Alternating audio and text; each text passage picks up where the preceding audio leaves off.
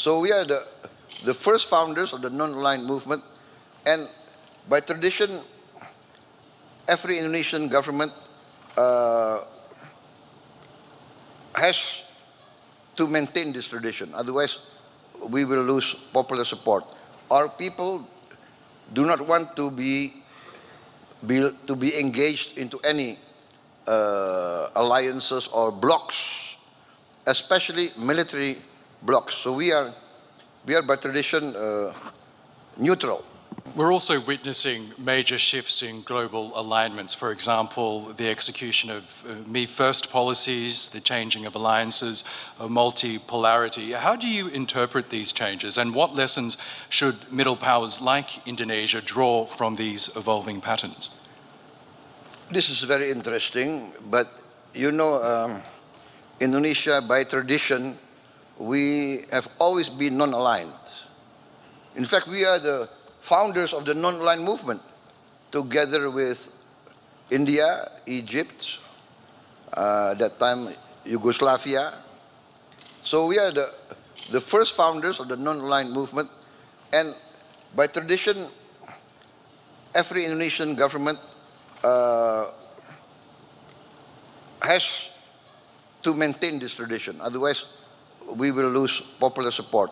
Our people do not want to be engaged into any alliances or blocs, especially military blocs. So we are by tradition neutral. So, for instance, my philosophy, which I announced early on in my campaign, is an ancient Asian philosophy, an ancient philosophy of the Eastern peoples, of the Asiatic civilizations, which is the philosophy taught to us generations. 1,000 friends too few, one enemy too many. It's a very clear and simple sentence, but very difficult to achieve. 1,000 friends too few, one enemy too many. But this is logical, because, for instance, where I come from, Southeast Asia, 50 years ago, we were fighting amongst ourselves. We, neighbors, sending troops to each other's territories, claiming each other's territories. This is South Asia 50 years ago. You know, and then amongst the wise leaders at that certain time, at a certain point in history, the leaders of 5 Southeast Asian countries, right, Singapore, Malaysia, Thailand, Philippines, and came to realize, hey, we have urgent agenda for our people. We have to deal with poverty and hunger. Why do we fight amongst ourselves? And then the idea of ASEAN, Association of Southeast Asian Nations, came, and lo and behold, 50 years, no conflict. We still have differences, but we tend to use diplomacy. We tend to talk, and sometimes talk, you know, is very tedious, but better talk than fight. That's our position, you know. And that's the Asian tradition. Sometimes the talk can go on and on, but in the end, there is some sort of interaction, some sort of chemistry, and we tend to think of the common interest. So this is my philosophy also. So 1,000 friends. I want to bring Indonesia to a position of good relations with all the big powers, and so that we can be some sort of bridge and mediator, etc., etc., etc. This is our effort. So I announced, when I took over, I announced that I want to carry out a policy of the good neighbor. I want to be a good neighbor to all my neighbors, and even to the outlying powers the great powers of the world, I want to be on very good terms. I want to respect all the great powers, as I hope they would respect us. Mr. President, you touched on this a little earlier, but one of the most pressing challenges facing the world today is the humanitarian crisis in Palestine. In your view, what does this reveal about the current state of global leadership and diplomacy? Well, I would like to say that, as I said in my first comments, that the situation in Gaza actually is teaching the world that many of the great powers that espouse great ideals now, in the eyes of many in the global south, have fallen short, basically. I mean, for instance, many of the Western powers, Western countries, come to Indonesia 30 years ago and come to us always teaching. You must do this, you must do that. Human rights, you're not very good in human rights. You're not too democratic. Always come and teach us. And we follow them. We follow them. And then, now we see that you come to us, you teach us human rights, but when you see flagrant violation of human rights in front, every day, every night on television, many of those who come to teach us, they keep quiet. So this is saddening, but it is a waking up. It makes us wake up. Oh, so that's it. You tell us, we must do this, we must do that, we must do this. And then you violate, or you keep quiet, or you accept these violations. How can a 6-year-old boy or girl be guilty of anything? How can an armed mother be bombed and lose their house and lose everything? It's I think, something that's very hard to digest, actually. And that's why I try to do what I can. That's why I'm traveling tomorrow. Tonight I go to Cairo. I will consult with President Sisi. Then I'm going to Doha, and I go to Amman, consult with King Abdullah, and then people ask why. You are so far away. You are in Indonesia, but I cannot, because my people feel the attack on the innocent people of Gaza, of Palestine, of Lebanon, of Syria, is like attacking them. Indonesia, of course, is majority Muslim, but I feel also that I must contribute what I can. So I already, for instance, I sent a small medical team together with the UAE. We have a medical field hospital. We are participating in that. And we are committed also to build another hospital in Palestine, in West Bank, maybe also in Gaza. And I've already announced that we are willing to accept wounded civilians that need medical care, also children and young students who have not gone to school for many years. We are willing to give them scholarships, and we already have some Palestinian students already but not enough, but we are willing to increase that.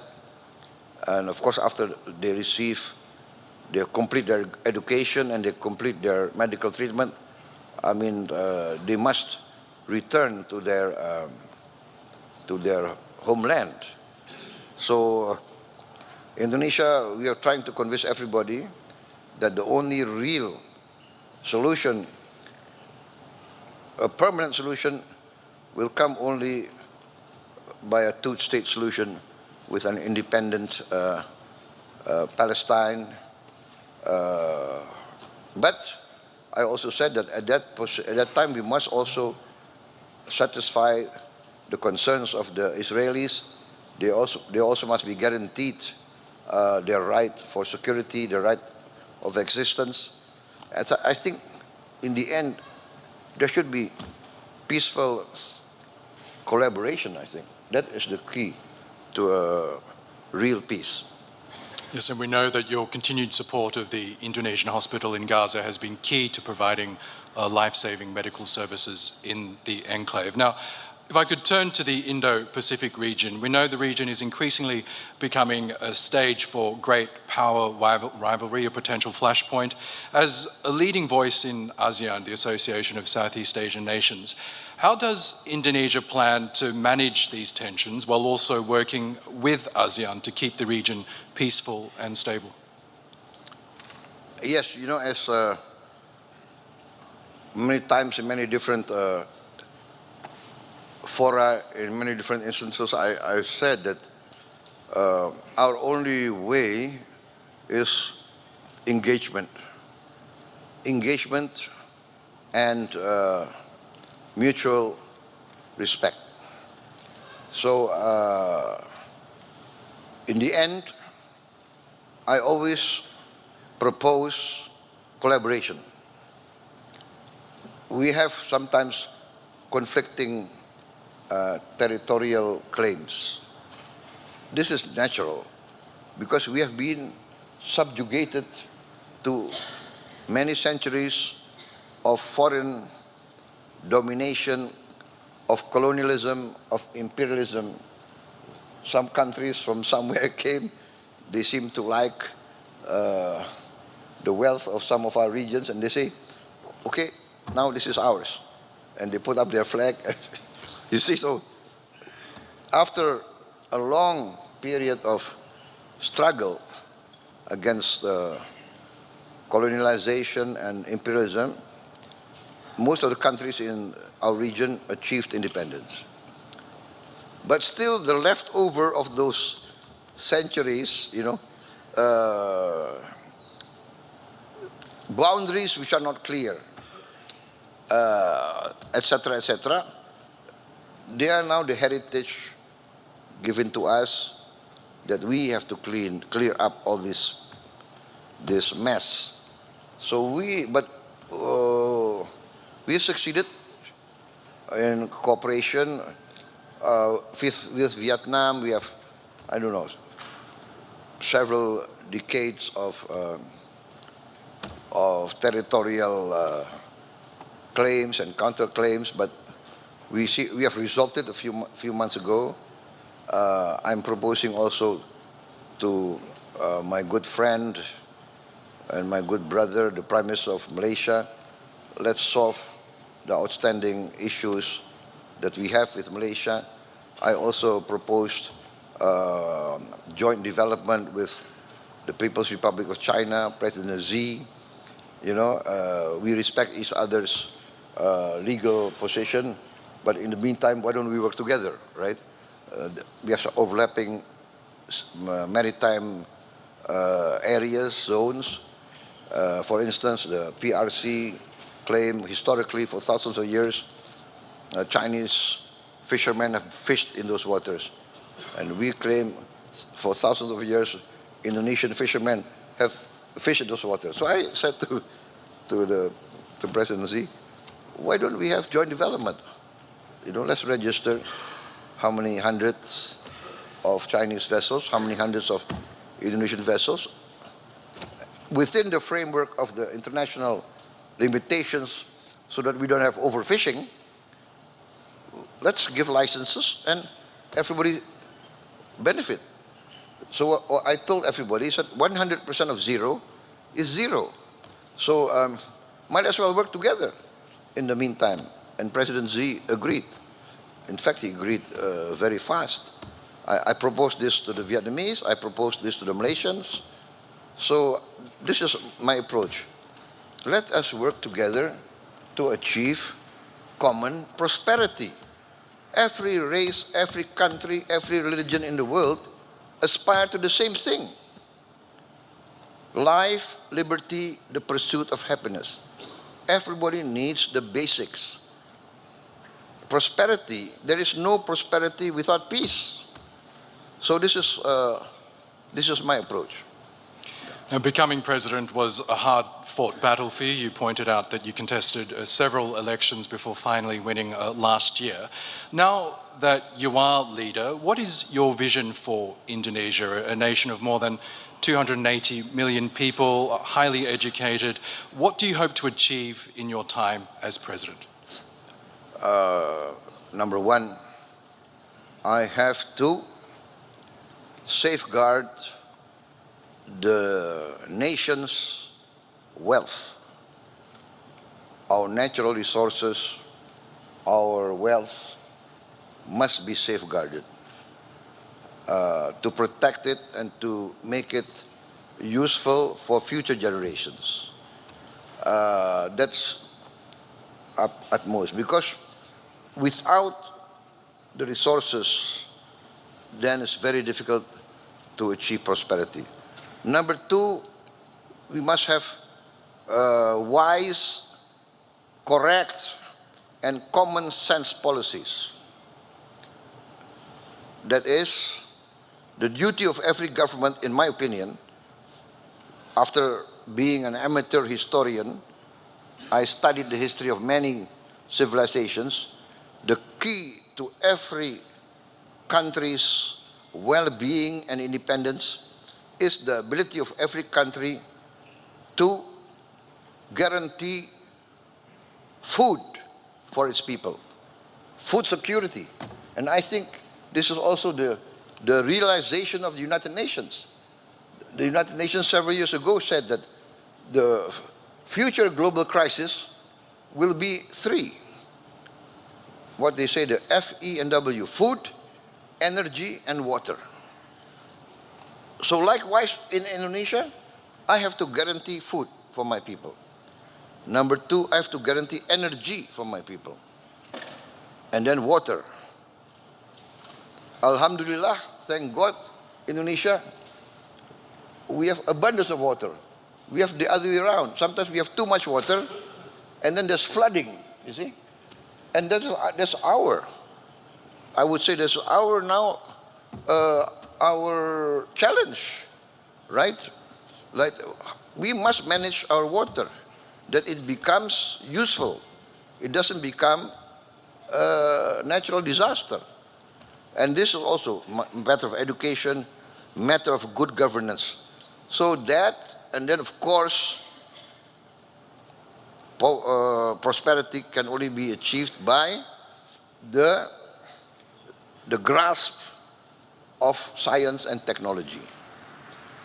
Science and technology will enable us to industrialize. And so education, investment in science, technology, and in education is very important. In our budget, the number one, the highest item in our budget is education. I think it's the highest in the history of Indonesia. And then also I have rolled out a free meal for every children and every pregnant mother of Indonesia. So this is a massive program, very ambitious, but we are getting there. Sorry. At the end of 2025, we will provide meals for 82.9 million mouths by November 2025.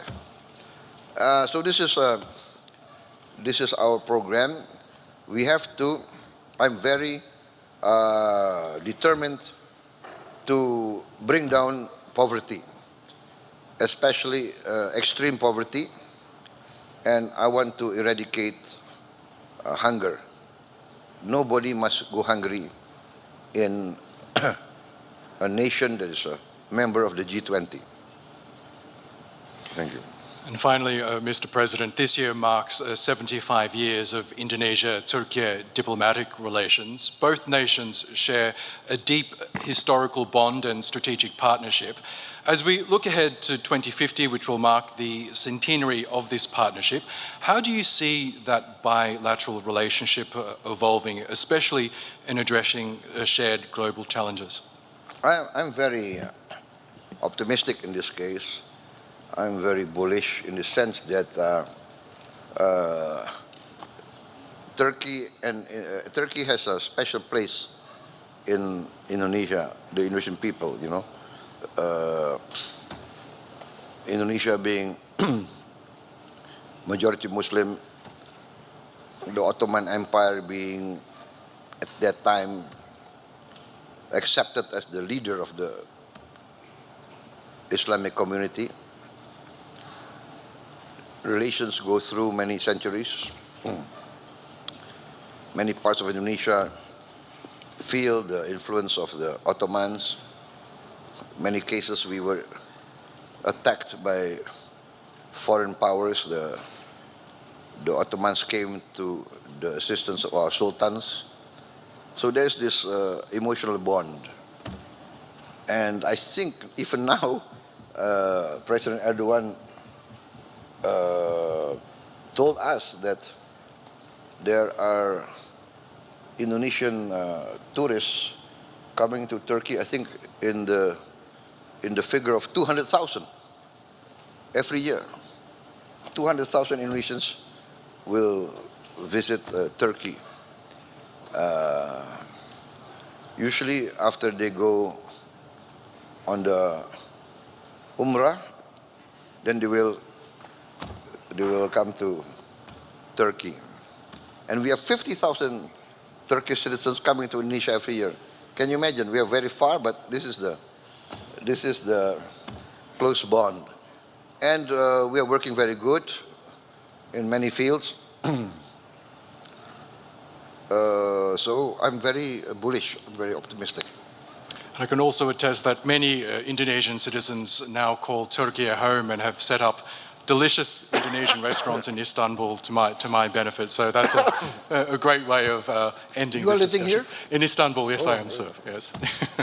Very smart, very smart. I'm afraid we could be talking for hours, but I know you have a very packed schedule, Bapak President. That does bring us the end of our discussion. Can we please thank our honored guest, His Excellency Prabowo Subianto, the President of the Republic of Indonesia.